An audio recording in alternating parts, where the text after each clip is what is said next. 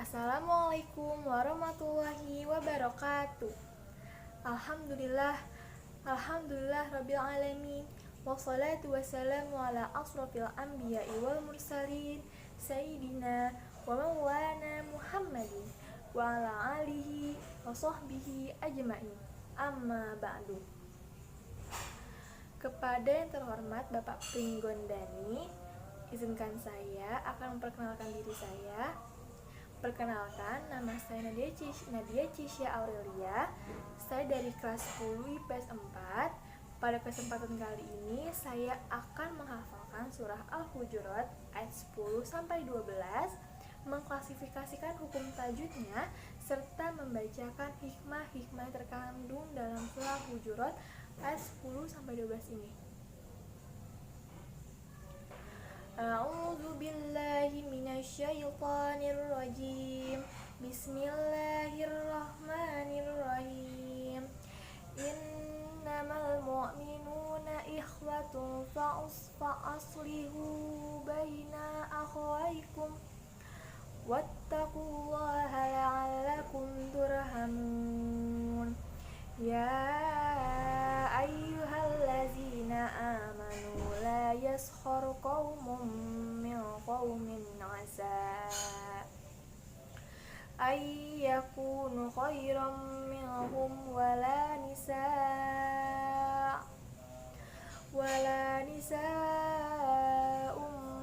min nisa'in asa ay yakunna khairan wala talmizu anfusakum wala tanabazu bil alqab bi'sal ismul fusuq ba'dal iman wa man lam yatub fa ulaika humuz zalimun. Ya ayyuhallazina amanu jtanibu katsiran minadh-dhanni inna ba'dadh-dhanni ismu wa la tajassasu wa la yaghtab ba'dukum ba'dha ayyuhibbu ahadukum ayyakulalah ma'akhihi maitan fakarihtumu wattaqullah innallaha tawwabur rahim. Shadaqallahul azim. Selanjutnya saya akan mencoba mengklasifikasikan hukum tajwid yang terdapat di surah Hujurat ayat 10 sampai 12 ini. Yang pertama yaitu gunah. Sebelumnya nanti untuk keterangan kalimatnya atau hurufnya nanti akan saya tampilkan gambar di sebelah sini. Kali ini saya akan menjelaskan dahulu. Yang pertama ada gunah, yaitu di kalimat innama, itu ada di ayat 10 bagian pertama banget ya. Jadi gunah karena terdapat huruf nun yang berharokat tajwid. Jadi tekan innama seperti itu. Lalu yang kedua ada bagian kedua itu almu. Bagian almu-nya itu nanti itu terdapat hukum tajwid alif lam qamariyah karena alif lam bertemu dengan salah satu huruf qamariyah yaitu mim. Lalu yang kedua ada kalimat minuna.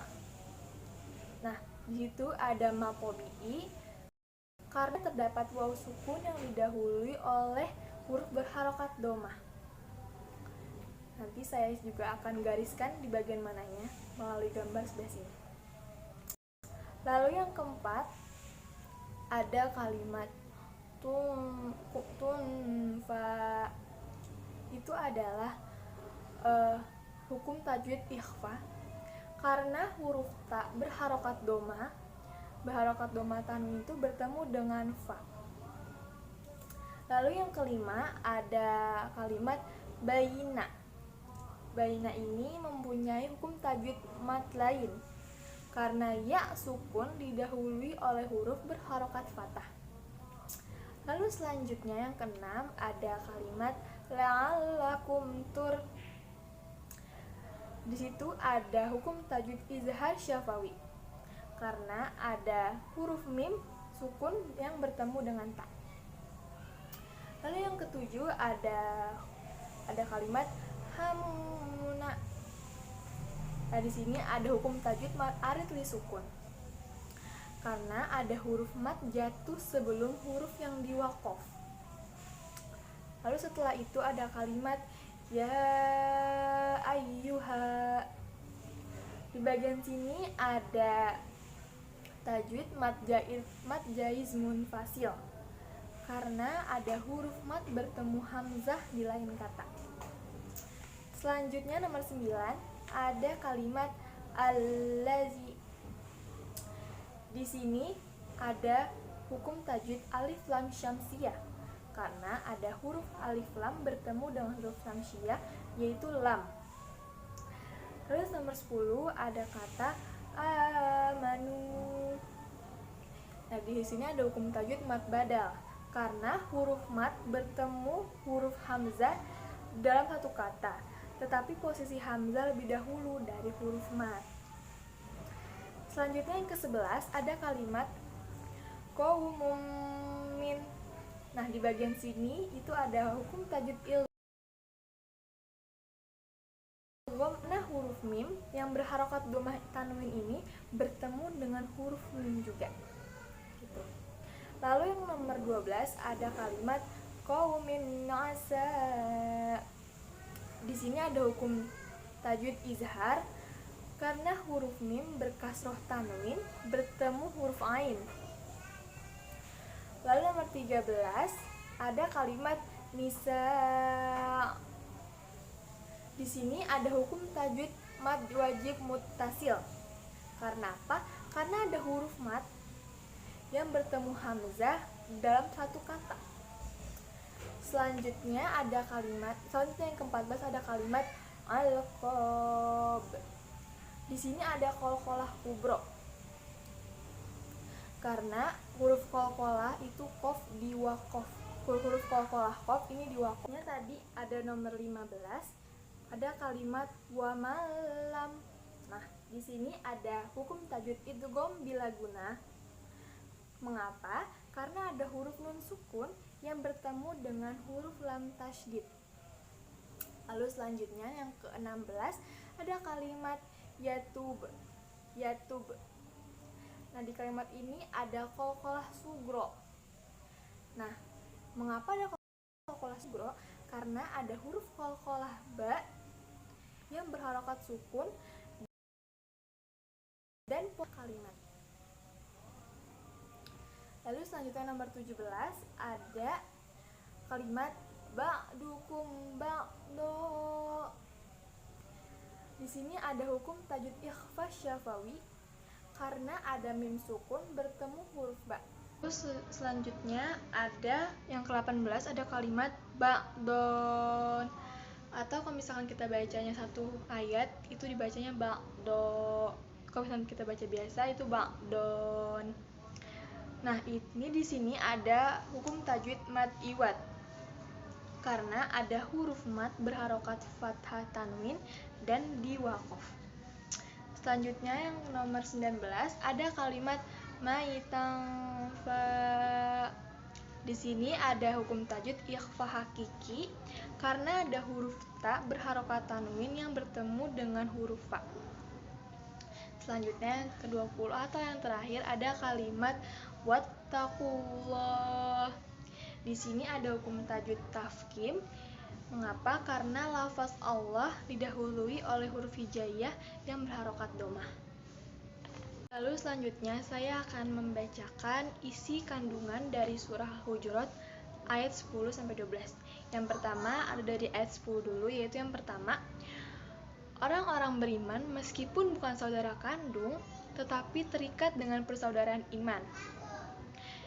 Yang kedua, Ketika ada orang-orang beriman bertikai, maka kita sebagai mukmin wajib untuk mendamaikan mereka. Lalu yang ketiga, orang-orang mukmin harus menjadikan takwa sebagai landasan bahwa dalam seluruh amal perbuatannya. Yang keempat, ayat ini mengisyaratkan persatuan dan kesatuan akan melahirkan rahmat bagi kita semua.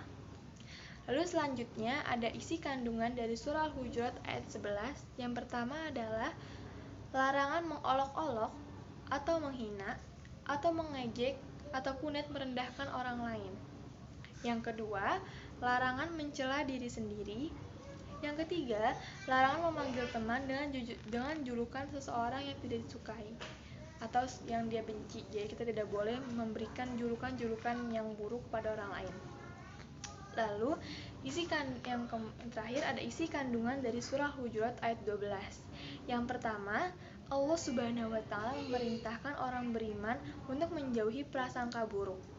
Lalu yang kedua, Allah melarang untuk mencari-cari keburukan orang lain.